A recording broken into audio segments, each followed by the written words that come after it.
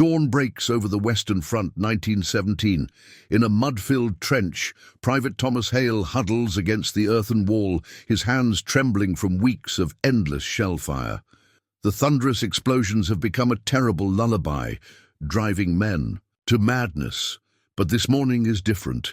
Through the deafening roar of artillery, an impossible sound reaches his ears, the pure, crystalline notes of a violin drifting across no man's land. The melody cuts through the chaos like a shaft of light, awakening something long buried in Hale's war-ravaged soul. For one precious moment, beauty exists again in his world. Then the whistles shriek their deadly command, "Fix bayonets." As his fellow soldiers scramble to comply, Hale faces an impossible choice. How can he charge into death's maw when he's just rediscovered what it means to be alive? Before we jump back in, tell us where you're tuning in from, and if this story touches you, make sure you're subscribed, because tomorrow I've saved something extra special for you. The night before had been worse than usual. Artillery shells screamed overhead with increasing frequency, their explosions painting the sky in brief, hellish flashes. Private Thomas Hale sat in the forward trench, his back pressed against the damp earth, fingers wrapped around the pocket watch his father had given him upon his departure for France. The watch's steady ticking provided little comfort against the symphony of destruction, but he clung to its rhythm nonetheless. "Bloody hell, they're getting closer," muttered Corporal James Wilson, a former Leeds factory worker whose once cheerful disposition had eroded over months of endless shelling. He hunched lower as another explosion sent dirt cascading over their helmets. Hale pulled out the watch again, squinting at its face in the darkness. 5:46 a.m. The Germans always intensified. The barrage just before dawn, as if they could somehow blast the sun from rising. His hands trembled as he tried to wind the timepiece, a tremor that had nothing to do with the cold. "Put that away before you draw their fire," whispered Private Michael Collins, the youngest of their group at barely 19. "Swear they can see anything that glints, even in this dark." Hale managed a weak smile, "Just checking if we're any closer to relief." He didn't mention that he'd checked the time 17 times in the past hour, each glance a desperate attempt to maintain some connection to the orderly world he'd left behind. Another shell landed closer than the others, its concussion rattling their bones. The watch slipped from Hale's grasp, landing face down in the mud. When he retrieved it, the hands had stopped at 5:47. "Should have left it at home with your music," Wilson said, not unkindly. He was one of the few who knew about Hale's previous life as a music teacher at a small school in Surrey. Not much use for keeping time out here anyway. Hale carefully wiped the mud from the watch's face, remembering the morning his father had presented it to him. "A gentleman must always know the hour," his father had said, as if Hale were heading off to a grand tour of Europe, rather than its bloodiest battlefields. "Sometimes I think that's all we do out here," Collins mused, his young face appearing oddly aged in the intermittent flashes of artillery fire. "Keep time. Count seconds between shells, count days between letters, count mates who've gone west." The words hung heavy in the pre-dawn darkness. They'd lost 3 men from their section just last week, including their previous corporal. Wilson had assumed the role with visible reluctance, as if the promotion was an ill omen. Hale tucked the stopped watch back into his pocket, its weight a reminder of everything that had ceased functioning normally since his arrival at the front. His fingers, once so precise in drawing music from piano keys and violin strings, now seemed good only for pulling triggers and digging graves. "Was thinking about that last concert," he said softly, almost to himself. "Before all this, Beethoven's 7th, second movement." He hummed a few bars, the melody almost lost beneath the continuing barrage. "Christ, Hale, not this again," Wilson groaned, but there was more concern than irritation in his voice. They'd all seen men crack under the strain, their minds seeking escape in memories or madness. Sometimes it was hard to tell the difference. "Just trying to remember something besides the shells," Hale replied, his voice steady despite the tremor in his hands. "Something that makes sense." Collins shifted closer, drawn perhaps by the hint of normalcy in their conversation. "Never been to a proper concert myself, more of a pub songs fellow, truth be told." "When this is over," Hale said, "I'll take you into one, both of you, show you what music's supposed to sound like." The promise felt hollow even as he spoke it, but sometimes such fantasies were all that kept them sane.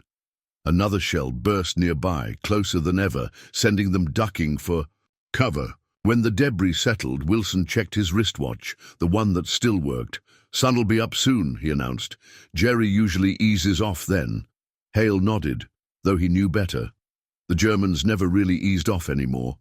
The war had become a perpetual crescendo, building toward some terrible climax none of them wanted to face.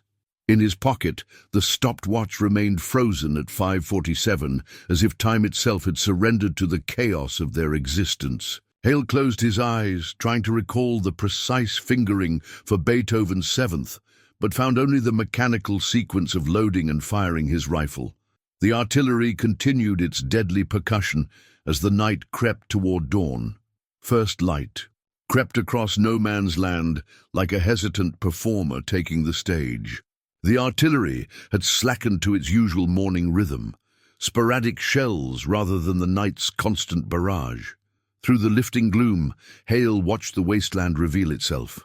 A grotesque landscape of splintered trees, tangles of barbed wire, and craters filled with stagnant water that reflected the pale sky like blind eyes. Lieutenant Parker made his morning rounds, stepping carefully along the duckboards. He paused at their position, nodding to Wilson before addressing them. "All, stand to in 15 minutes, keep sharp." As the lieutenant moved on, Hale reached into his breast pocket and withdrew a weathered photograph, careful to shield it from the morning damp. The image showed the Vienna Philharmonic in their concert hall, taken just months before the war. The right side was torn away, lost to the same shell blast that had taken their previous corporal, but the remaining portion still showed the string section, their instruments gleaming in the photographer's flash. "Your orchestra?" Collins asked, peering over Hale's shoulder. "No," Hale replied, tracing the faces with his finger, "but I saw them perform once. 1913, Mozart's Symphony No. 41. Perfect clarity in the strings, like sunlight through crystal." He didn't mention how that memory had begun to blur, replaced by the whistle of shells and the crack of rifles. Wilson adjusted his helmet, scanning the opposite trench line through the morning mist. "Suppose they're still playing. The Viennese." "Different sort of music now," Hale said, carefully returning the photograph to his pocket. "Same as everyone else." The morning light strengthened, burning away some of the mist. In the distance, they could hear the faint rumble of transport vehicles bringing up supplies and ammunition. The day's performance was beginning, each player taking their position. Lieutenant Parker returned, his young face betraying the strain of command. He'd been a bank clerk before the war, and sometimes that civilian precision showed through in how he organized their sector. "Movement in the German lines," he reported. "They may try something today." Hale nodded, checking his rifle's action out of habit. The weapon had long since lost its foreign feel, becoming as familiar as any instrument he'd ever played. Still, he couldn't help but think of it as a perverted sort of music maker, its notes carrying death instead of beauty. "Sir," Collins ventured, "any word about relief?" Parker's expression tightened. "Focus on today, Private. That's all any of us can do." As the lieutenant moved on, Wilson spat into the mud. "That means no relief. Again." The morning continued to brighten, revealing more details of their surroundings. A rat scurried along the trench wall, fat from its grim feasting. Somewhere down the line, a soldier began to cough, the wet, racking sound they'd all learned to fear. Hale found his hands moving of their own accord, fingers positioning themselves as if on violin strings. He'd developed this habit early in his deployment, an unconscious attempt to maintain his musical muscle memory. Now it felt more like a nervous tic, his body remembering what his mind was trying to forget. "There was this moment," he said suddenly, surprising himself, during the Mozart performance. Fourth movement, the whole orchestra moving as one, everything in perfect balance, like the music was playing them instead of the other way around. He gestured at the wasteland before them. "Sometimes I think that's what this is, some terrible symphony playing all of us." Collins and Wilson exchanged glances, the kind of look reserved for soldiers who might be cracking. But before either could respond, a new sound cut through the morning air. The distinctive whine of an incoming shell, followed by the crash of explosion closer than any so far. The blast threw dirt and debris over their position. When Hale checked his pocket afterward, he found the photograph had torn further, leaving only the first violinist visible, bow raised in eternal preparation for a note that would never sound. The day's performance had begun in earnest. The first note was so faint that Hale thought he'd imagined it, a single pure tone threading through the morning sounds of warfare, so impossible that he held his breath, straining to hear it again. "Did you?" he started to ask, but Wilson was already signaling for silence, his eyes fixed on the German lines. The second note came clearer than the first, rising above the distant rumble of artillery, a violin string being tested, tuned with careful precision. Hale felt his heart skip. The sound was as familiar to him as his own breathing, yet completely alien in this context. "Jerry's up to something," Collins whispered, raising his rifle. But Hale grabbed his arm. "Wait. Listen." The next sound wasn't a test, but the beginning of a phrase, the opening bars of Bach's Violin Sonata No. 1. The notes floated across no man's land with supernatural clarity, as if the morning mist itself was carrying them. "Bloody hell," Wilson breathed. "Someone's actually playing out there."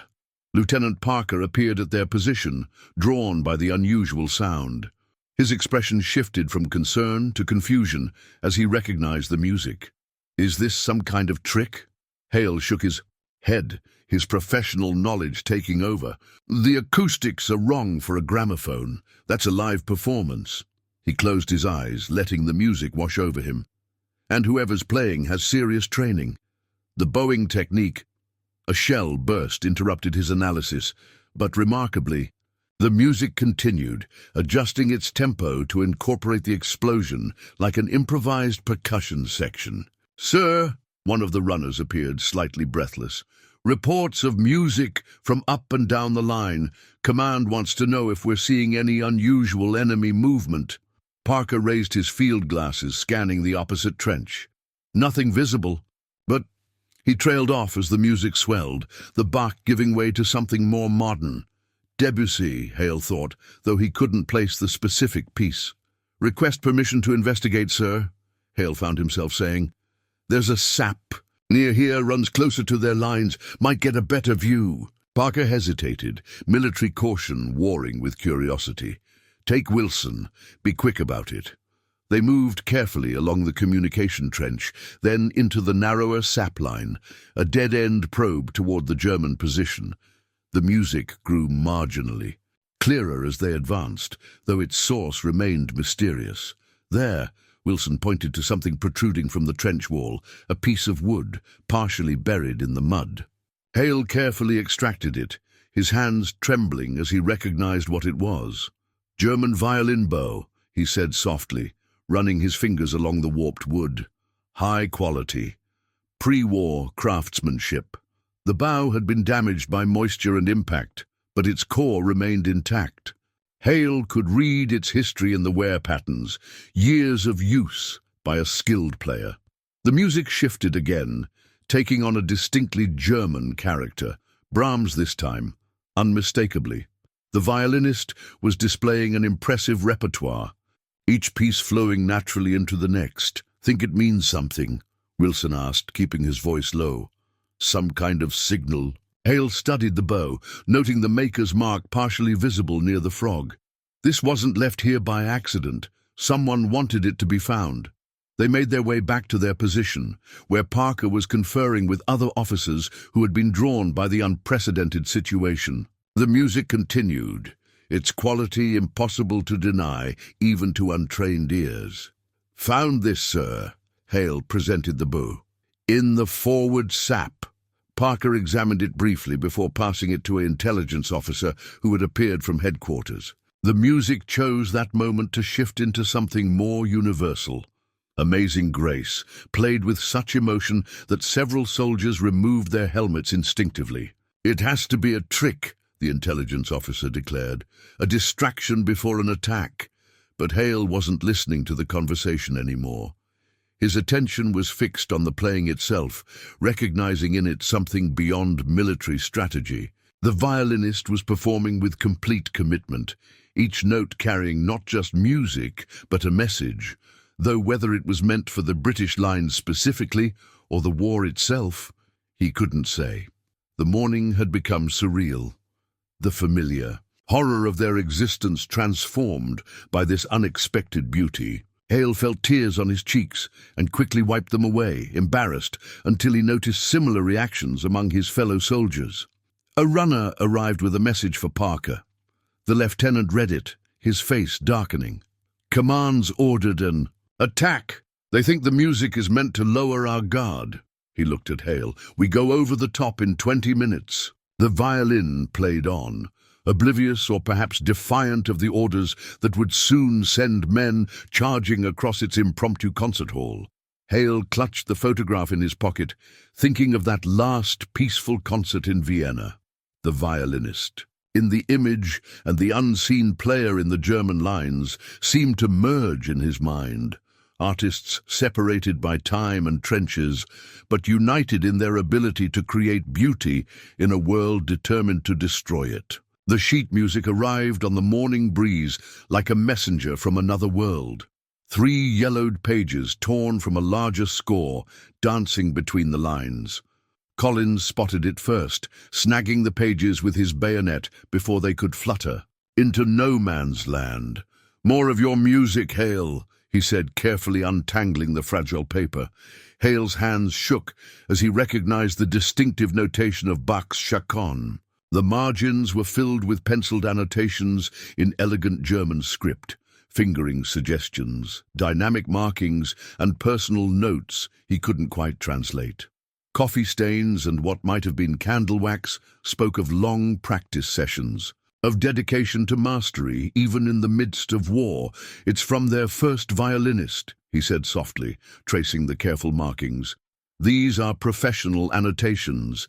See how he marks the finger positions? Classical German technique." The unseen violinist had switched to the very piece Hale held in his hands, as if aware of its discovery. The chaconne's complex harmonies filled the morning air, transforming the battlefield into an impromptu concert hall. Lieutenant Parker crouched. Beside them, his expression troubled. "Headquarters is convinced it's some kind of psychological warfare. They're saying the Germans might have weaponized music somehow."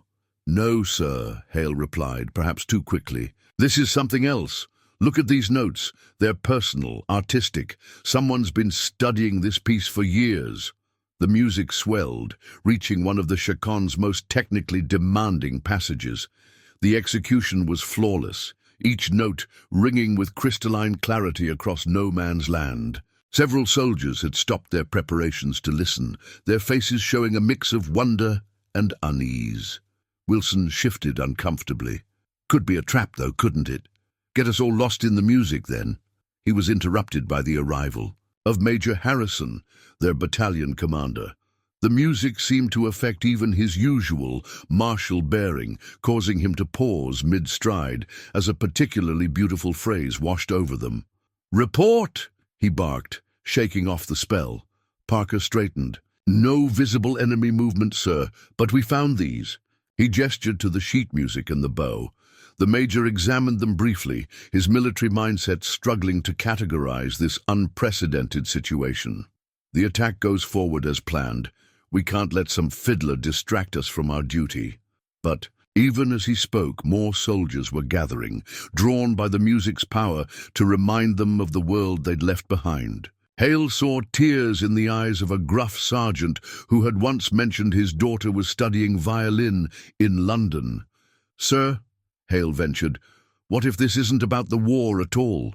What if someone's just playing, creating something beautiful in spite of all this?" The major's expression softened slightly. "A noble thought, Private, but we can't afford such luxuries. Not here, not now." The music shifted into the chacon's minor key section, filling the air with a profound sadness that seemed to speak directly to their situation. Hale studied the sheet music again, noticing for the first time a date written in the corner. August 1914, just before the war began. "He's been here since the beginning," Hale murmured, keeping his art alive through all of it. A runner arrived. With final confirmation of the attack orders, the major moved off to consult with other officers, leaving Parker to organize their section. But the lieutenant lingered a moment, glancing at the sheet music. "My wife plays," he said quietly. "Not like this, but she'd understand what this means." The violinist had reached the chacon's culminating passages, where Bach's genius transformed grief into transcendent beauty. The music seemed to stop time itself, making even the occasional shell burst feel like part of the composition. Hale carefully folded the sheet music, tucking it into his breast pocket alongside the torn photograph. The two artifacts seemed to belong together, fragments of civilization preserved in the midst of barbarity. 5 minutes. The warning passed down the line, followed by the clatter of final equipment checks. The music played on, either unaware of or deliberately defying the coming violence. Hale found himself wondering about the unseen musician. Was he a professional violinist before the war? Did he play in Vienna? Perhaps even in that last concert Hale had attended? The questions felt crucial somehow, as if understanding the artist might help make sense of everything else. The morning sun grew stronger, burning away the last of the mist. Soon they would charge across the very space the music had transformed, turning this impromptu concert hall back into a killing field. The thought made Hale's chest ache with a pain that had nothing to do with shell shock. The mail arrived with impeccable timing, as if orchestrated by the unseen violinist. A runner distributed letters during a brief lull in both the music and the artillery, his bag considerably lighter than usual. Censors had been especially strict lately. "Hale," the runner called, passing him a thin envelope. "Just the one. Today." The letter bore the neat handwriting of Emily Turner, his most promising student from before the war. Now 16, she had been writing regularly about her continued musical studies, though her letters had grown increasingly infrequent. As the war dragged on, Wilson glanced at the envelope. "Your prodigy?" "Was supposed to be," Hale replied, carefully opening the letter. The paper was of poor quality, reflecting wartime shortages, but Emily's words remained as precise as her violin technique had been. "Dear Mr. Hale, I played my first solo concert last week. Nothing grand, just a small recital at the church where you used to teach. I performed the Mendelssohn you were helping me with before you left. It wasn't perfect. The third movement still gives me trouble, but I remembered what you always said about emotion being more important than technical perfection. The church was full of wounded soldiers from the local hospital. They seemed to forget their pain while I played. One of them told me afterward that it reminded him there was still beauty in the world. I thought of you then, wondering if you've found any music where you are. Mother says I should stop writing about violin, that you must have more important things to think about now. But I remember how you said music helps us remain human, even in the darkest times. I hope you've kept your humanity, Mr. Hale. We need teachers like you to come back and help rebuild the world of music after all this is over. Your student, Emily P.S. I've kept your violin in good condition. It's waiting for you." Hale folded the letter carefully, his mind filling with memories of the small church hall where he'd taught. The afternoon sunlight through stained glass windows, the creak of old wooden floors, the imperfect acoustics that somehow made everything sound more intimate. "Good news?" Collins asked, noting Hale's expression. "She played Mendelssohn for wounded soldiers." He didn't elaborate, but his hands moved unconsciously, fingering the piece's difficult passages in the air. The German violin began again, and Hale started. The unseen musician had chosen Mendelssohn's Violin Concerto, the very piece Emily had mentioned. The coincidence sent a shiver through him. "Sir," a soldier called out. "Movement in the German lines." Lieutenant Parker rushed over, peering through his field glasses. "They're adjusting their wire, probably expecting our attack." He paused, listening to the music. "Beautiful piece. Mendelssohn," Hale said automatically. "Written for Ferdinand. David, concertmaster of the Leipzig Gewandhaus Orchestra." The technical details were a comfort, a way to maintain connection with his former life. Parker nodded absently, still watching the German preparations. 3 minutes, he said quietly. "Make peace with whatever you need to." Hale touched the letter in his pocket, thinking of Emily playing for wounded soldiers. The parallel was almost too perfect. Music reaching across battle lines, whether in a church hall or no man's land, offering moments of transcendence to men marked by war. The violin's tone grew more intense, approaching the concerto's cadenza. The player was taking risks now, pushing the tempo, adding emotional flourishes that weren't in the score, but felt absolutely right. "Like emotions more important than technical perfection," Hale whispered, Emily's words echoing in his mind. Wilson checked his rifle one last time. "What happens to the music when we charge, when we kill the man playing it?" The question hung in the air, made more poignant by the soaring violin notes. Hale thought of his own violin, safely stored away, waiting like a promise of return to normalcy. He thought of Emily, carrying on the tradition of finding beauty in darkness. "Fix bayonets," Parker ordered softly, almost apologetically. The violin played on, either in defiance or benediction, as the men prepared for what was to come. Lieutenant Parker held the attack orders in trembling hands, the official letterhead bearing the weight of command authority. The typed instructions were clear and precise. 600 hours, full assault on German positions, objectives listed in crisp, military prose that reduced the coming slaughter to a series of map coordinates and tactical goals. "Time check," he murmured to his sergeant. 557, sir." The violin music had shifted to something Parker didn't recognize, a haunting melody that seemed to be an improvisation, mixing classical themes with what might have been folk songs. He found himself thinking of his wife Catherine at their piano, the way she'd create new arrangements of familiar pieces on quiet evenings. Major Harrison approached, his face set in the careful blank expression of a man sending others to possible death. "Everything in order, Lieutenant?" "Yes, sir." Parker handed him the confirmation receipt for the orders. "All sections report ready." The major glanced toward the German lines, where the music continued its ethereal performance. Damn strange business, this. Almost ashamed to interrupt the concert, Parker noticed the major's fingers tapping slightly against his leg, keeping time with the melody. These small betrayals of humanity were becoming more common as the music worked its effect on them all. "Sir," Parker ventured, "about the timing?" "Having doubts, Lieutenant?" "No, sir, just—" He struggled to frame his thoughts. "The men are— the music seems to have affected their fighting spirit?" The major's voice hardened. "All the more reason to move quickly. We can't let sentiment interfere with military necessity." Down the line, Parker could see Hale consulting the captured sheet music, his expression distant. The other soldiers were equally entranced, their usual pre-attack tension transformed into something more complex. "Perhaps, sir," Parker said carefully, "we might delay 15 minutes. Let the psychological effect of the music work in our favor. The men might fight better if we let them finish their concert." The major's tone was clipped. "This isn't the Royal Albert Hall, Lieutenant. This is a war zone. The orders stand.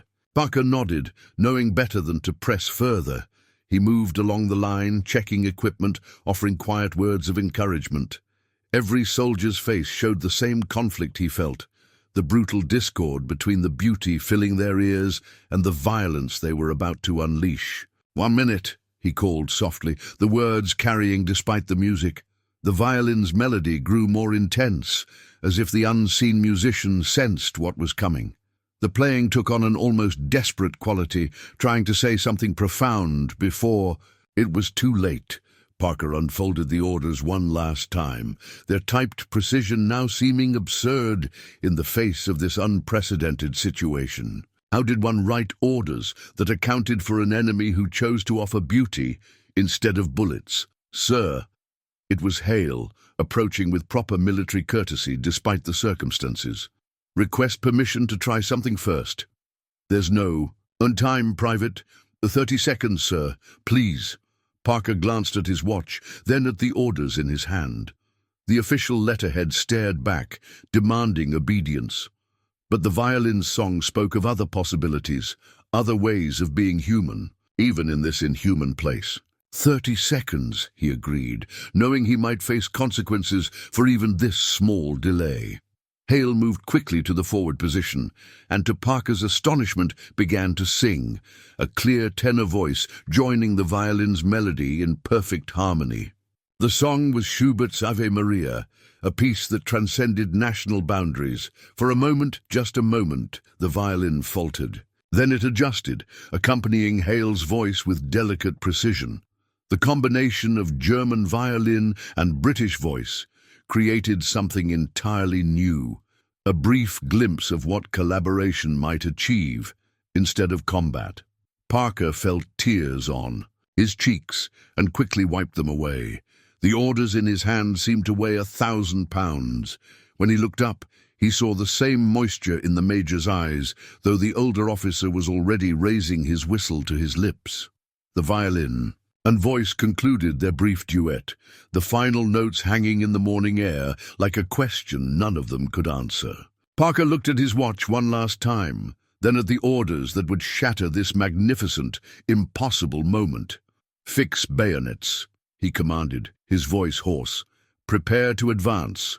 The music began again, softer now, a requiem for what was about to be lost. The whistle never reached Parker's lips. A shout from the German lines froze everyone in place, not a war cry, but words in accented English. "The E string. She is broken. Please, a moment." The violin had stopped mid-phrase, the sudden silence more jarring than any artillery blast. In that quiet, they could hear rapid German conversation from the opposite trench, followed by muffled cursing that needed no translation. Major Harrison lowered his own whistle, momentarily stunned by this unprecedented development. "What the devil?" "Sir," Hale spoke up, his voice trembling with suppressed emotion. "E strings are the most delicate. They break, even in perfect conditions, let alone—" "I'm aware this isn't a music lesson, Private," the major cut him off, but there was uncertainty in his tone. A glint of sunlight on metal caught Hale's eye. There, in no man's land, barely visible among the mud and wire, lay a broken violin string coiled like a silver snake. "I can see it," he said. "The broken string. It's right there, maybe 30 yards out." Parker raised his field glasses. "Confirmed, sir. There's definitely something metallic catching the light." The German voice called out again. "We have no replacement. The supply lines, they bring bullets, but not strings, yes?" A ripple of grim laughter passed through both trenches at this observation. The absurdity of the situation, an attack delayed by a broken violin string, seemed to break through the careful choreography of warfare. "Sir," Hale said, "I know strings. I could verify if it's genuine." "Absolutely not," Parker replied. "Automatically," but he looked to the major for confirmation. Harrison studied the orders in his hand, then the patch of no man's land where the string lay. "If this is a trick, then they've gone to extraordinary lengths, sir," Parker said. "The music, the bow, the sheet music, all for this moment." More German conversation drifted across, then English again. We propose a brief, how do you say, a pause? 5 minutes to retrieve the string. Harrison's experience warred with his humanity. Even if we allow this madness, how would we— White flags, Parker suggested quickly. Both sides, one man from each trench, and risk a valuable soldier. I volunteer, Hale said quietly. Sir, please, music it's what I know, what I trust. The Major's resistance crumbled as the German violin began again, now playing with only 3 strings, the melody compromised but still achingly beautiful. The musician was compensating for the missing string, rearranging the piece in real time to work with what remained. 2 minutes, Harrison decided. White flags, any sign of treachery, and we open fire. Parker quickly arranged the signals. A German officer responded with matching flags, and for a moment the trenches were linked by these small patches of peace.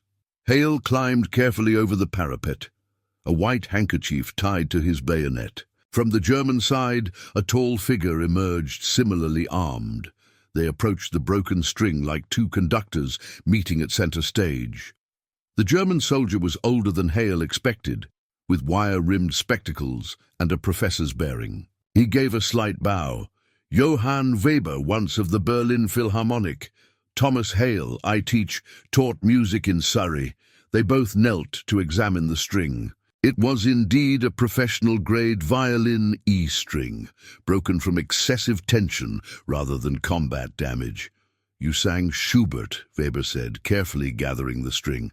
Quite well. Your Bach was exceptional. Was. Without this. Weber held up the broken string. Now I must simplify, arrange for 3 strings like a primitive instrument. Hale reached into his pocket and withdrew Emily's letter. Between its pages, he had pressed a spare violin string, carried as a talisman of his former life. Take it, he said, offering the string. Music shouldn't be simplified by war. Weber stared at the string, then at Hale, his eyes bright behind his spectacles. You understand, this changes nothing. When the orders come, I know. But for now, they exchange the strings, broken for whole, each taking a piece of the other's world back to their respective trenches. As they turned to go, Weber spoke once more. The Mendelssohn you requested. The 3rd movement. Your student is right. It requires more emotion than precision. Hale looked back, startled. You heard every word. Sound carries strangely here. Weber smiled sadly. Perhaps after the war we can discuss proper fingering techniques. They returned to their lines, each carrying something more precious than a simple violin string. When the music resumed, now restored to its full voice, it seemed to speak of possibilities that transcended the battlefield. The attack orders still waited, their deadly instructions unchanged. But for a few minutes, music had transformed no man's land into common ground, where soldiers could meet as musicians and broken things could be made whole again. The diary page fluttered down from Weber's coat during their brief encounter, landing face up in the mud. Hale retrieved it on his return, the German script clearly visible despite water stains and dirt. Lieutenant Parker found a translator within. Minutes, a young private who had studied in Munich before the war. It's dated 3 days ago, the translator said, squinting at the faded writing. I'll do my best with it. It was April 1917. The men call me professor now, though I have not taught since leaving Berlin. They come to my dugout in the evening to hear the violin, pressing close in the candlelight like students at a conservatory. Sometimes I imagine I am back there, in my classroom at the Hochschule, before all this madness began. Last night, Müller from 3rd Company asked why I continued to play when shells could fall at any moment. I told him what my own professor once said, music is not an escape from life, but a way to understand it more deeply. Here, in this place of death, that understanding becomes both harder and more essential. I heard singing from the English trenches. Yesterday, a folk song, perhaps, or a hymn. The voice was untrained but sincere. I found myself improvising an accompaniment, though they likely couldn't hear it through the gunfire. For a moment I forgot which side the voice came from. In music, there are no sides, only harmonies waiting to be discovered. The violin strings are wearing thin. I have been careful, but the damp and cold take their toll. When they break, what then? Can music survive in a place that breaks everything it touches?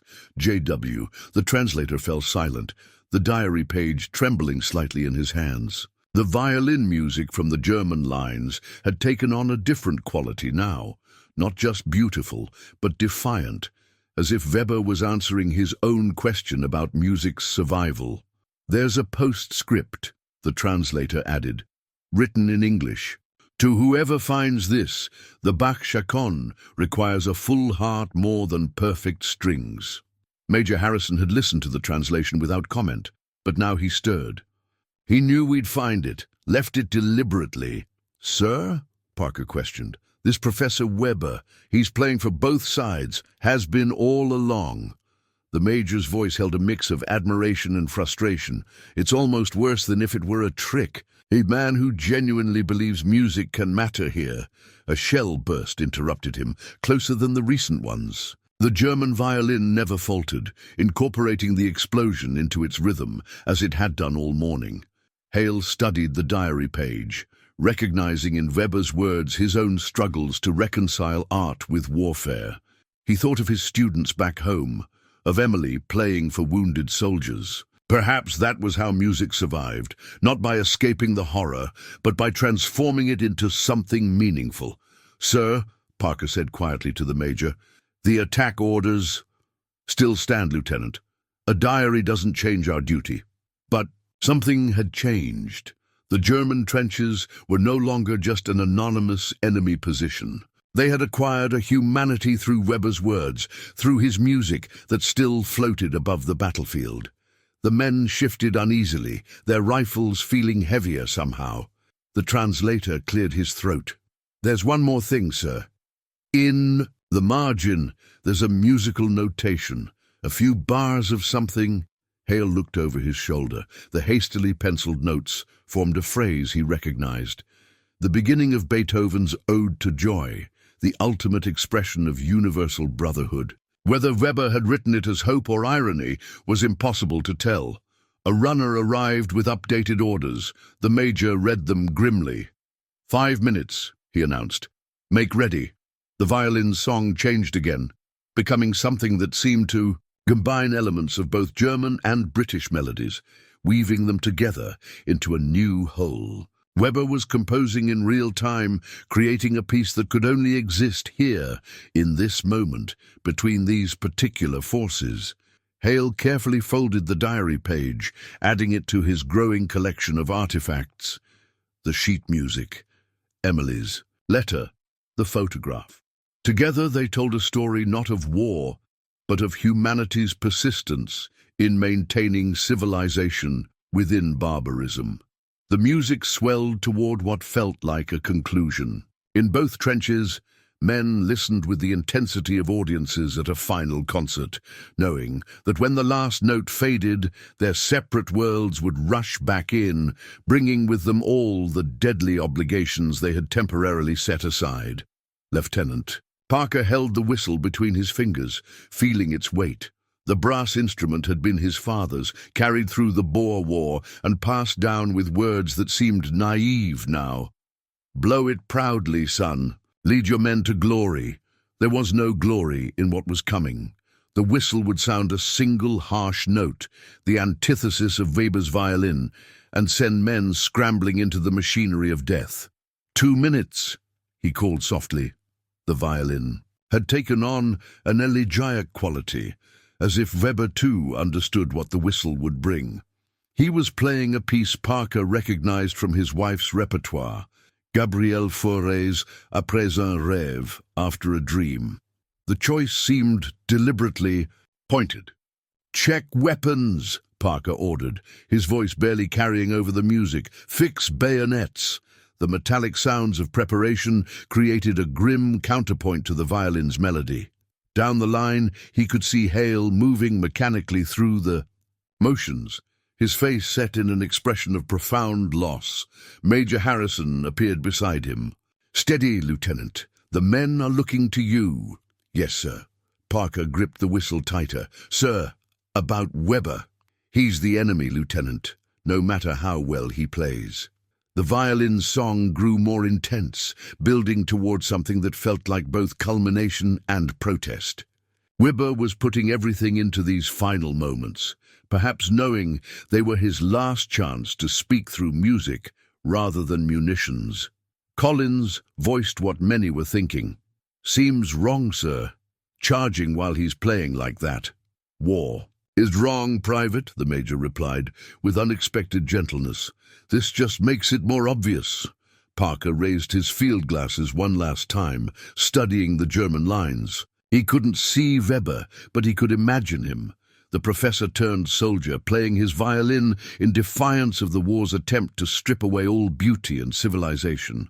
"1 minute," he announced. The men checked their weapons again. Unnecessary. Adjustments that spoke of their reluctance to break this magical interlude. The violin sang of peace, of concert halls and quiet evenings, of a world where whistles summoned applause rather than death. Down the line, Hale began to hum along with Weber's playing, adding a soft harmony that others gradually joined. The spontaneous chorus rose from the British trenches, a final collaboration across no man's land. 30 seconds, the Major said quietly. Parker touched the whistle to his lips, then lowered it. "Sir, what if—" "The orders stand, Lieutenant." The violin's melody reached its peak, holding a single pure note that seemed to stop time itself. In that suspended moment, Parker felt the full weight of what they were about to destroy. Not just Weber's music, but something larger, something vital to their shared humanity. 10 seconds, the Major announced. The men tensed, ready to leap from the relative safety of their trenches into the chaos of no man's land. The violin began its final phrase, each note a plea for sanity in a world gone mad. 5 seconds. Parker closed his eyes, feeling the smoothness of the whistle's brass, worn by years of his father's touch. When he opened them again, he saw not glory but tragedy waiting in the morning mist. Now, Lieutenant. The violin held its last note, defiant and beautiful. Parker took a breath. The whistle waited to shatter the spell. And in that frozen moment, between music and madness, between beauty and brutality, every man in the trenches faced the same choice: to remain human or become simply soldiers again. The weight of civilization itself seemed to hang on which instrument would prevail, the violin's song of life or the whistle's call to death. Parker felt his father's words echo. "Blow it proudly, son." But there was no pride in ending this music, in destroying this brief reminder of their shared humanity. The whistle in his hand was no longer just a signal for attack. It had become a referendum on what kind of world they were fighting for, and what kind of men they chose to be. Hale's fingers found his identification tags, 2 discs of metal that reduced his existence to the barest facts: name, number, unit, religion. In that suspended moment between Parker's hesitation and the inevitable whistle blast, he felt the cold metal against his skin, like an anchor to his military identity. Hale, Thomas J. 24601, Church of England. Be pos simple stamped letters that said nothing of the man who taught music to children, who saw beauty in Bach's mathematical precision, who had just rediscovered his humanity through a German violin's song. The violin held its final note, trembling in the morning air. Weber was waiting too, his bow hovering over the strings, ready to either continue or fall silent forever. Hale made his decision. He began to sing, not a war song or a patriotic anthem, but the pure ascending notes of Bach's Jesu, Joy of Man's. Desiring, his voice carried clearly across no man's land, causing Parker to lower his whistle in surprise. For a moment, Nothing happened. Then Weber's violin joined him, harmonizing perfectly with his melody. Other voices from both trenches gradually added to the impromptu choir, German and British soldiers finding common ground in Bach's timeless composition. Major Harrison's face darkened. "Private Hale, cease this immediately." But the music had taken on a life of its own. More soldiers were singing now, their combined voices drowning out the officers' commands. Some sang in English, others in German. The words different, but the melody binding them together. Hale touched his identification tags again, feeling the embossed letters that marked him as British military property. But the song rising from his throat declared him something more. A musician, a teacher, a human being refusing to be defined by stamped metal and orders to kill. The major turned to Parker. "Lieutenant, restore order. Use your whistle." Parker held the whistle at his lips, but still didn't blow. The morning sun caught the brass, making it shine like Weber's violin strings.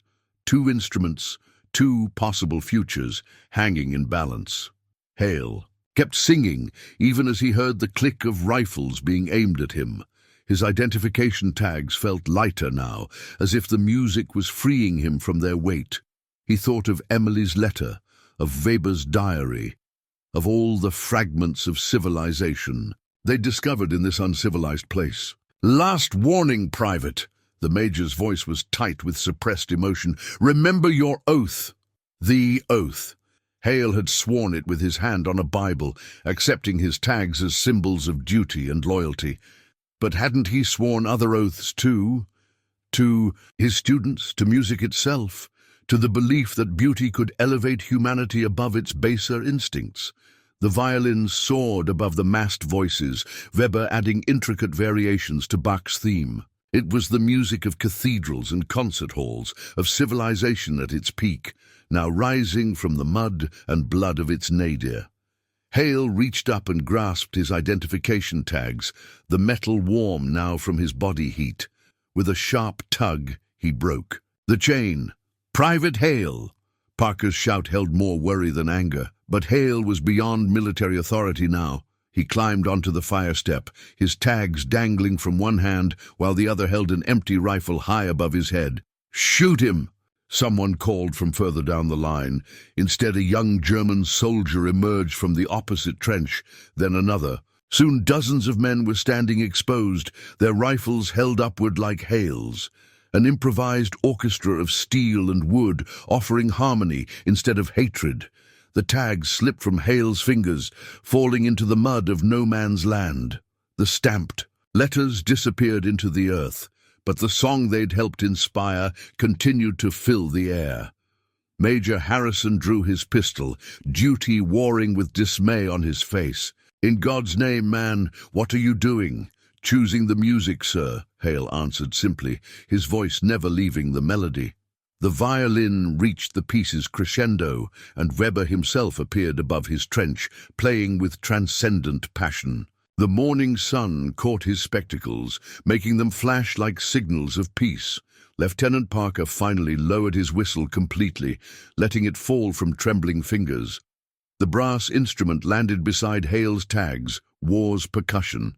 Giving way to civilization's symphony, the music swelled to fill the entire world, and in that moment, Hale knew with complete certainty that he'd chosen correctly. His identity was no longer contained in stamped metal discs, but in the soaring notes that united both sides in recognition of their shared humanity. The shot came from somewhere behind the British lines, a single crack that shattered the music. Like breaking glass, Weber's violin cut off mid-phrase as the bullet found its mark, not in him, but in his instrument. The impact splintered the wooden body, sending the newly replaced E-string whipping through the air. The string caught Weber across his palm as it uncoiled, drawing blood. The red stain spread quickly across the silver-wound steel, creating a grotesque harmony of musician and instrument. "Sniper!" The cry went up from both trenches, but no one dove for cover. They stood frozen, watching the violin's remains drop into the mud of no man's land. Weber held up his bleeding hand, the broken string dangling from his fingers. "See," he called out in his accented English, "even when you break the instrument, the string survives. Music cannot be killed so easily." Hale found himself moving before he could think, scrambling over the parapet toward the German professor. Behind him, he heard Parker shouting something, but the words were lost in a sudden burst of artillery fire from far down the line, some other sector where the war continued unabated. The mud sucked at Hale's boots as he crossed the wasteland. Shell holes and tangles of wire threatened to trap him, but he pressed on, guided by the sight of Weber's upraised hand still holding the bloodied string. Other soldiers followed, first Collins and Wilson, then more from both sides, moving cautiously into the space that had claimed so many of their comrades. They looked like sleepwalkers, drawn forward by the echo of the music that still seemed to hang in the air. "Hold your fire!" Parker's voice cut through the tension. He had retrieved his whistle, but was holding it by his side, unblown. "Hold your fire!" Hale reached Weber, who stood cradling the shattered remains of his violin. The blood-stained string had left crimson patterns on his uniform, like musical notation written in vital ink. "I am sorry," Hale said, the words feeling inadequate. Weber smiled sadly. "For the shot, or for the war that made it inevitable?" "Both, neither. I don't know anymore." More men were emerging into no man's land now. Someone began to sing again, the same Bach piece as before. Others joined in, their voices replacing the lost violin. Weber closed his eyes, conducting slightly, with his wounded hand, the bloody string moving like a baton. Major Harrison's voice carried across the battlefield. "Lieutenant Parker, get those men back in the trenches immediately." But Parker stood rooted, watching as his soldiers met their enemies face to face. No weapons were raised, no threats exchanged, just men looking at each other with the shared recognition that they had all been audience to something extraordinary. Weber pressed the bloodied string into Hale's hand. "Keep it," he said, as a reminder that some things are worth more than orders. The string was still warm, both from Weber's blood and from the friction of its violent release. Hale coiled it carefully, aware that he was holding perhaps the last note this particular violin would ever play. A burst of machine gun fire in the distance made everyone flinch. The war was reasserting itself, reminding them that their musical interlude couldn't last forever. "They will send new orders," Weber said quietly. "Bigger guns, more men. They will try to make us forget this moment. Then we'll remember it more." "Fiercely," Hale replied, "and tell others." The German professor nodded toward his ruined violin. "Music lives in memory as much as in instruments. Even in silence it shapes us." More officers were shouting now from both sides. The spell was breaking. Men began to drift back toward their trenches, but not with the same hatred that had filled them before. They moved like members of an audience leaving a concert hall, still caught in the lingering magic of the performance. Hale looked down at the blood-stained string in his hand. It was both artifact and evidence, proof that beauty could exist even in war's ugliest moments, that art could bleed but not die, that humans could choose creation over destruction. "Herr Weber," he said, extending his hand. The German took it, his own blood marking them both. "Herr Hale." They parted slowly, walking backward to their respective lines, unwilling to turn their backs on this fragment of peace they'd found in war's wasteland. The string in Hale's hand felt like a pulse, beating with possibilities that no artillery could quite destroy. The court-martial documents lay spread across the makeshift tribunal table, their formal language attempting to capture the uncapturable. Charge sheet 24601. Private Thomas J. Hale, 1st Battalion, Surrey Regiment. Charge 1, disobeying a lawful command. Charge 2, inciting insubordination. Charge 3, fraternizing with the enemy major. Harrison read the charges aloud in the converted farmhouse that served as their headquarters. The morning's events had been reduced to military terminology, each moment of grace transformed into a breach of discipline. "How do you plead, Private Hale?" Hale stood at attention, the bloodied violin string now evidence in a small canvas bag. On the table. "Guilty to all charges, sir." Lieutenant Parker shifted uncomfortably in his seat among the panel of officers. His unused whistle lay before him, a silent witness to his own moment of hesitation. "Let the record show," the Major continued, "that on the morning of April 21st, 1917, the accused did willfully disobey direct orders to advance, did through musical performance encourage other soldiers to similarly disobey, and did engage in unauthorized communication with enemy forces." The clerk's pencil scratched across paper, recording words that couldn't possibly convey the truth of what had happened. How did one document transcendence? What military language could describe the moment when music overcame warfare? "Do you wish to make a statement before this tribunal?" Hale looked at each officer in turn. Some had been there, had heard Weber's violin and the spontaneous chorus that followed. Others had only reports and rumors to go by. "The German professor, Weber, he's being court-martialed too, isn't he?" "The enemy's internal discipline is not our concern," Harrison replied, but his tone suggested the answer was yes.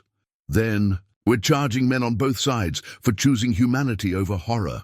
Hale's voice was steady. "The music didn't take sides, sir. It reminded us that we're more than soldiers." Parker spoke up suddenly. "Major, I request the record show that I, as commanding officer, failed to enforce the attack order. Private Hale acted under my implicit—" "Your own actions will be addressed separately, Lieutenant." Harrison cut him off, but not unkindly. "This tribunal concerns Private Hale alone." More documents were produced, witness statements from men in the trenches. Many described the extraordinary effect of Weber's violin, the way it had awakened something long dormant in their war-hardened hearts. Some mentioned Hale's singing, how his voice had built a bridge across no man's land that others found themselves compelled to cross. The accused's actions, a captain from another company noted, while technically in violation of military law, did result in an unprecedented peaceful contact with enemy forces, which makes them more dangerous, not less, another officer countered. "War requires clarity. The moment we see the enemy as human, they are human." Hale interrupted. "Sir, that's what the music proved." Harrison rubbed his temples. The morning's events had given him a headache that military procedure couldn't cure. "Private Hale, do you understand that your actions, whatever their moral quality, represented a direct threat to military discipline?" "Yes, sir, and I'd do it again." The officers exchanged glances. Such unrepentant honesty complicated their task. It was easier to deal with a broken man than one strengthened by his convictions. "Do you have anything further to say before this tribunal reaches its decision?" Hale touched his throat, where his identification tags had hung.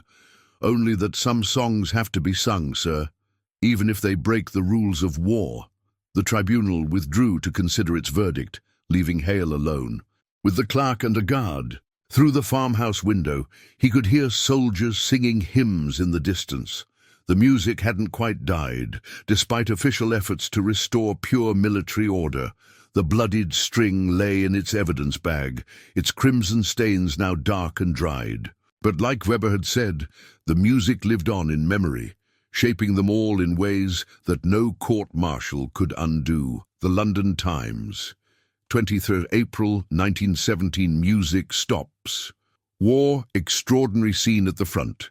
Special correspondent in an unprecedented incident that has captured imaginations across both Allied and German lines. A brief armistice was reportedly achieved through the unlikely combination of a German violin and an English voice. Military authorities have confirmed that during a planned offensive, soldiers from both sides laid down arms in response to an impromptu musical performance. "It was like being in church," reported one wounded corporal, now recovering at a field hospital. except the choir was two armies, and the cathedral was built of morning mist and shell holes. Military censors had initially suppressed the story, but it spread through letters home, and wounded men's accounts made containment impossible. Now, as details emerge, the incident has sparked intense debate about the nature of warfare and humanity's capacity for peace amid horror. Hale read the newspaper clipping in his cell, brought to him by Lieutenant Parker, despite standing orders limiting his contact with the outside world.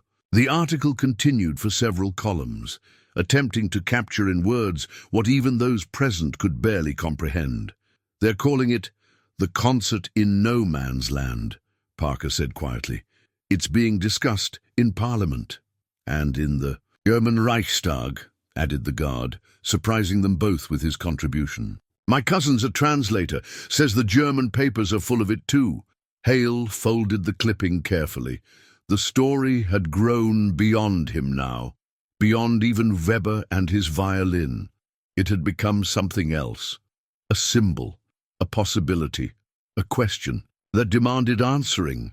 "They've received letters at headquarters," Parker continued, "hundreds of them, from musicians, clergy, ordinary people, even some from neutral countries." The article had quoted one such letter. "If music can stop war for even a moment, perhaps we should send orchestras instead of armies to the front." "Won't make any difference to the verdict," Hale said, but without bitterness. "Don't be so sure." Parker glanced at the guard, who diplomatically stepped outside. "The publicity complicates things. Executing a man for making music, it wouldn't play well with the public." Executing? Hale hadn't allowed himself to consider the worst possibility. "It was discussed, but I think the coverage has made that impossible." Parker produced another newspaper, this one featuring a political cartoon. It showed a violin and a rifle crossed, with the caption, "Which instrument shall we choose?" More articles had followed the first. Interviews with music teachers who knew Hale, with Weber's former students in Berlin, with soldiers who had witnessed the event. Each account added to the growing legend, transforming a moment of spontaneous humanity into something that felt almost mythical. "They're saying similar things happened in other sectors," Parker said. "Soldiers finding ways to recognize each other's humanity. Music, shared cigarettes, brief truces. Your concert gave them courage to admit it." Hale thought of Weber, wondering if he was reading the same reports in some German cell. The violin string, still stained with the professor's blood, had been returned to him, the military justice system having no protocol for such evidence. "What happens now?" he asked. "The tribunal reconvenes tomorrow, but there's pressure from above to handle this carefully." Parker managed a slight smile. "It seems no one wants to be remembered as the officer who punished music." The guard returned, carrying yet another newspaper. This one bore a photograph of Emily, Hale's former student, performing for wounded soldiers. The caption read, "Music heals, student of concert in no man's land. Soldier continues his work." "She's organized a series of concerts," Parker said. "Other musicians are joining her. They're playing for hospitals, camps, anywhere soldiers gather." Hale studied the photograph, seeing in Emily's posture the same dedication to music he'd recognized. In Weber, the article quoted her, "My teacher showed us that music is stronger than hatred. We have to keep playing, keep proving that." The story had taken on a life of its own, growing beyond any individual's actions into a larger narrative about humanity's choices in the face of war. Each newspaper article, each letter, each retelling, added to its power. "Whatever the verdict," Parker said, preparing to leave, "you've started something that can't be stopped with military orders." Hale touched the violin string in his pocket, feeling its rough texture where Weber's blood had dried. The newspapers could report facts, but they couldn't capture the full truth of that morning. The way the music had made no man's land into every man's land, if only for a moment. Testimony of Johann Weber, provided to British military tribunal via Red Cross intermediary, re-events of April 21, 1917. Johann Weber, formerly professor of music at the Berlin Hochschule für Musik, now serving as Unteroffizier in the Imperial German Army, do hereby testify to the following. The violin was not a weapon. It was never intended as a military instrument, though perhaps it should have been. What gun can transform an enemy into a brother? What artillery can build bridges instead of destroying them? On the morning in question, I played as I had played. Every morning, not as a German, but as a musician. When the English soldier began to sing, I heard in his voice what I felt in my own heart, that music remembers what war makes us forget. They have asked me to explain my actions in military terms. I cannot. There is no tactical advantage in Bach, no strategic victory in Schubert. I played because playing was the only truth I had left. Hale listened as the translator read Weber's testimony to the reconvened tribunal. The German professor's words, even filtered through translation, carried the same power as his violin had that morning. The accused played no part in my decision to perform. Weber's statement continued. His choice to sing was his own, as my choice to accompany him was mine. If there was conspiracy between us, it was only the conspiracy of art against barbarism. Major Harrison interrupted. The tribunal notes that the German witness appears to be offering testimony in Private Hale's defense, while himself facing similar charges from his own military authorities. Yes, sir, the translator confirmed. He insisted that both sides receive his full statement.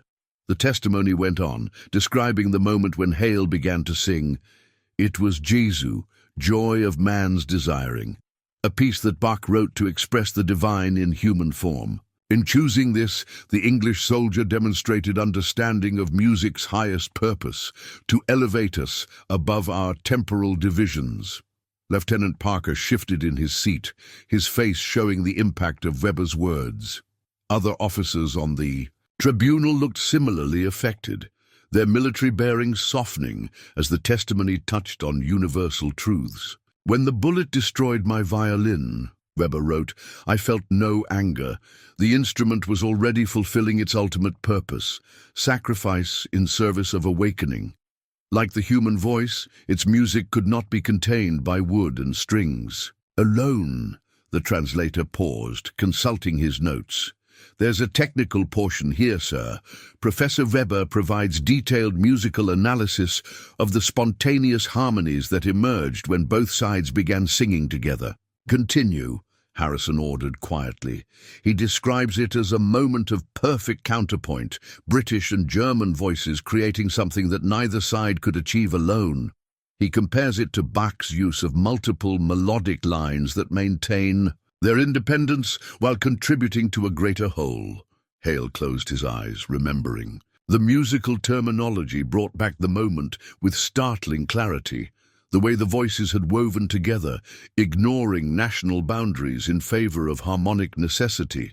My own military tribunal, Weber's testimony concluded, has asked if I regret my actions. I answer them as I hope Private Hale answers you. Music admits no regret for speaking truth. The violin may be silenced, but its song echoes still in every soldier who dared to sing across the lines of battle. The statement ended with a postscript that made the translator pause. Should military justice demand punishment for this breach of protocol, let it be noted that I would gladly sacrifice more than a violin to hear such singing again. Some moments justify any consequence. Silence fell in the tribunal room. The only sound was the scratching of the clerk's pencil, recording words that seemed to transcend the formal language of military proceedings. Finally, Major Harrison spoke. The tribunal will consider this testimony alongside other evidence. But I must ask Private Hale directly, do you share this philosophical view of your actions? Hale stood straighter. Sir, Professor Weber speaks of music's highest purpose. I'm a simpler man. I only know that when he played and I sang, we stopped, being enemies long enough to remember we were human. And if that undermined military discipline, then perhaps, sir, it's discipline that needs examining, not music. The Major's expression remained neutral, but something flickered in his eyes, recognition perhaps of a truth he couldn't officially acknowledge. "The tribunal will recess to consider all testimony," he announced, but before striking his gavel, he added quietly, "It seems we must judge not just a soldier's actions, but art's place in war itself." As the officers filed out, Hale touched the violin string in his pocket. Weber's words had transformed it from evidence of crime into proof of possibility, a blood-stained testament to music's power to wound the machinery of war with beauty. Official verdict. Military Tribunal Re. Private Thomas J. Hale, 24601. Date 25 April 1917. After careful consideration of all evidence and testimony presented, this tribunal finds the following. On the charge of disobeying a lawful command, guilty on the charge of inciting insubordination, guilty on the charge of fraternizing with the enemy, guilty. However, in light of exceptional circumstances and considering the unprecedented nature of the incident, this tribunal recommends clemency in sentencing. Major Harrison read the verdict aloud, his voice carrying the weight of military justice tempered by human understanding. The document in his hands represented hours of debate among the tribunal members, each word carefully chosen to balance duty with mercy. "The accused will rise." Hale stood, noting how the officers avoided his gaze. Only Parker met his eyes directly, a complex message of sympathy and respect in his expression. "Private Hale, this tribunal cannot ignore the clear violations of military law represented by your actions. However, we find ourselves in the unusual position of judging an act that, while technically criminal, demonstrated the very qualities of humanity that this war threatens to destroy." The Major paused, seemingly struggling with the formal language. "Of the verdict, your sentence is as follows. Reduction in rank to private second class, 3 months loss of pay, assignment to non-combat duties for the remainder of your service." A murmur ran through the assembled witnesses. The sentence was remarkably lenient for wartime violations of this magnitude.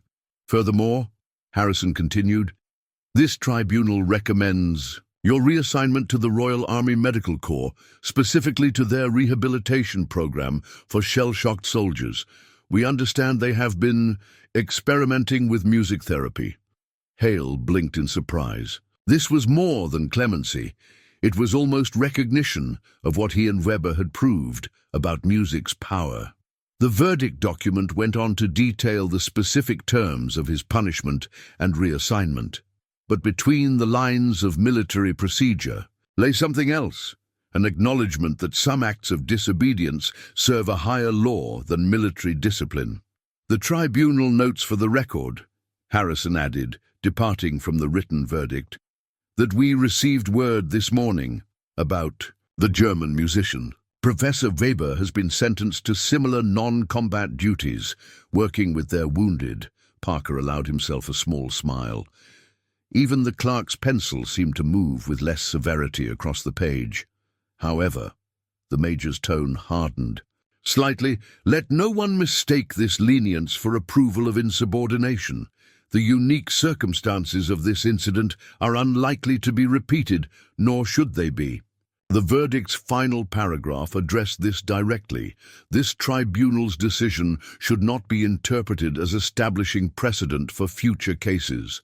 The intersection of military duty and human conscience must be judged according to specific circumstances. In this instance, we find that the accused's actions, while technically contrary to military law, served to remind all participants of the fundamental humanity that this war must not be allowed to destroy. Hale stood straight as the verdict was concluded, aware that he was witnessing something extraordinary, not just in the lenience of his sentence, but in the military justice system's struggle to address actions that defied conventional judgment. "Do you understand your sentence, Private Hale?" "Yes, sir." "Do you have any statement to make before this tribunal concludes?" Hale touched the violin string in his pocket one last time. Only that I'm grateful the verdict recognizes there are many ways to serve, sir, and many kinds of healing needed. Harrison nodded, then added unofficially, "The Medical Corps unit you're joining, they've requested musical instruments for their therapy program. I understand your violin skills might be of use." The verdict was signed and sealed, becoming part of the official record. But like the music that had inspired it, its true significance lay not in the written notes, but in the harmony they created between justice and mercy, between military necessity and human truth. As the tribunal adjourned, Parker approached Hale privately. "The verdict mentions unlikely to be repeated," he said quietly. "But I've heard singing from the trenches every night since. Different sectors, different units. Always after dark, always answered from the other side." Hale smiled. Some verdicts, it seemed, were written not on paper, but in the hearts of men who had glimpsed a better way to wage peace than war. The photograph was taken in London, 1920, outside the newly reopened Queen's Hall. In it, two men stand holding violins, one new, one clearly reconstructed. Johann Weber and Thomas Hale face the camera with the quiet smiles of those who have witnessed both darkness and dawn. The occasion was their first public performance together, a benefit concert for war wounded. The program included all the pieces from that morning in No Man's Land, performed now not in mud and mist, but in the gilded elegance of London's premier concert venue. "Herr Professor," Hale had said during rehearsal, "your violin, built from pieces of the old one," Weber confirmed, running his fingers along the restored instrument. "Like Europe herself, no? We rebuild, we recover, but we keep some scars to remind us." The photograph captured that moment of understanding between them. In the background, other familiar faces could be seen. Lieutenant Parker, now a civilian banker again, speaking with his wife. Emily, Hale's former student, preparing to join them on stage. Even Wilson and Collins had come, still carrying themselves with military bearing, but softened now by peace. "They're calling it the Reconciliation Concert," Emily told reporters. "But for those of us who were there, it's simply the continuation of what began that morning." The program notes told the story, though not all of it. How could words capture the full truth of that dawn when music had proven stronger than warfare? Yet the audience that night understood something of it. Many were former soldiers themselves, some still bearing visible wounds. Others were families of those who hadn't returned, seeking healing in harmony. Weber played with the same transcendent skill he had shown in the trenches, though his left hand bore a scar from the broken string. When Hale joined him for Bach's Jesu, joy of man's desiring, the hall fell silent as a cathedral. "Music remembers," Weber had written in the program, "what war makes us forget, that humanity's greatest works come not from conflict, but from cooperation." The photograph preserved all this. The restored violin, the healed wounds, the gathered witnesses to both tragedy and redemption. In the years that followed, it would hang in music schools and hospitals, anywhere that people needed reminding of art's power to restore what violence destroyed. But there was another photograph taken that day, less formal and more telling. In it, Weber and Hale are caught in conversation, their violins momentarily forgotten. Weber is touching the scar on his palm, while Hale holds the blood-stained string that had become his talisman. Between them on a small table lies the original, program from that morning's impromptu concert, the sheet music, diary page, and court-martial documents carefully preserved as testament. "We keep playing," Weber said during the concert's intermission, "because silence serves only those who would divide us." The evening's final piece was something new, a composition Weber had written during his own convalescence. He called it Dawn in No Man's Land, and its intricate harmonies captured both the horror of war and the persistence of beauty within it. As they played it, Hale remembered other dawns, other music, the field hospitals where he'd served after his sentencing, watching soldiers find their humanity again through melody. Weber's similar work in German hospitals, using music to heal minds shattered by shellfire. The photograph couldn't capture the sound, but it preserved the moment when art and reconciliation proved stronger than the echoes of war. In Weber's restored violin and Hale's steady accompaniment lay the truth they had discovered in the mud of France, that some songs must be sung regardless of consequence, because in them lies the very essence of what makes us human. The real victory, Weber wrote later, was not in surviving the war, but in keeping alive that moment when music reminded us who we really were. The photograph hung now in Hale's teaching studio, where he had resumed instructing students.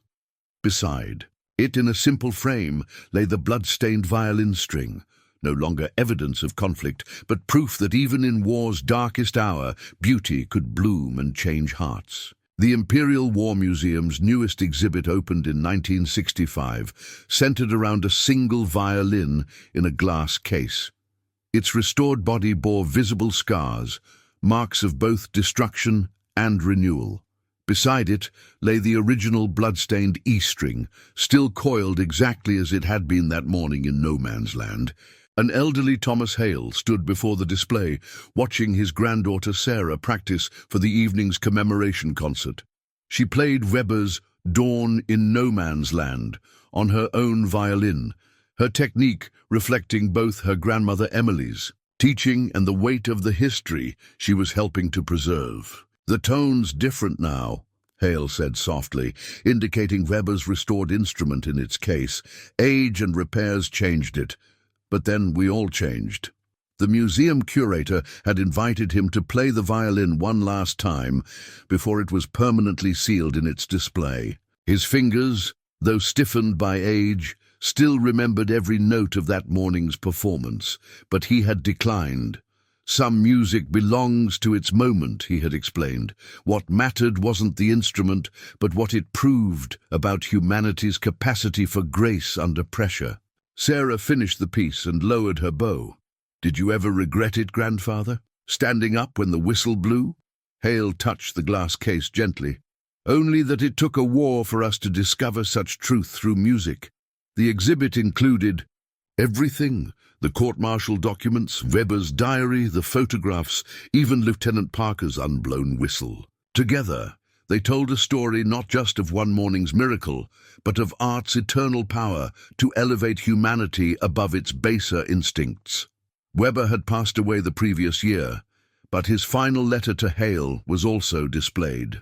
"My friend, we who survived must ensure that future generations understand. Music is not a luxury to be discarded in crisis, but the very thing that keeps us human during our darkest hours."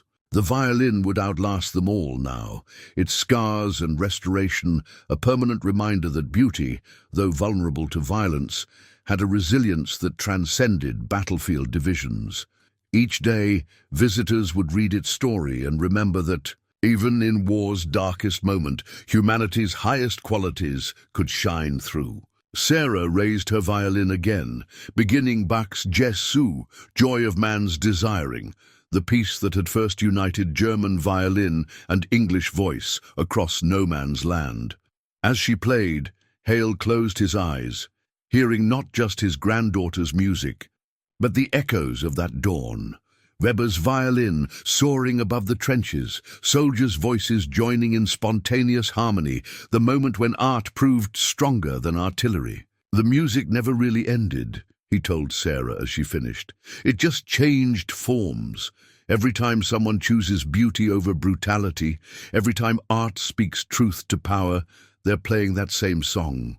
The museum would close soon, but the violin would remain, keeping its vigil behind glass. Its strings were silent now, yet it still sang its vital message, that in our most inhuman moments, art could remind us of our shared humanity, and somewhere, in other wars on other fields, perhaps another violin was playing. Another voice was rising, another moment of grace was blooming amid the chaos. The lesson of that morning in 1917 lived on not in the restored instrument, but in the eternal truth it had revealed, that music and the humanity it expressed could never be truly silenced. Sarah packed away her violin, but paused before leaving. "Will you tell me the story one more time, grandfather, about the morning when music stopped a war?"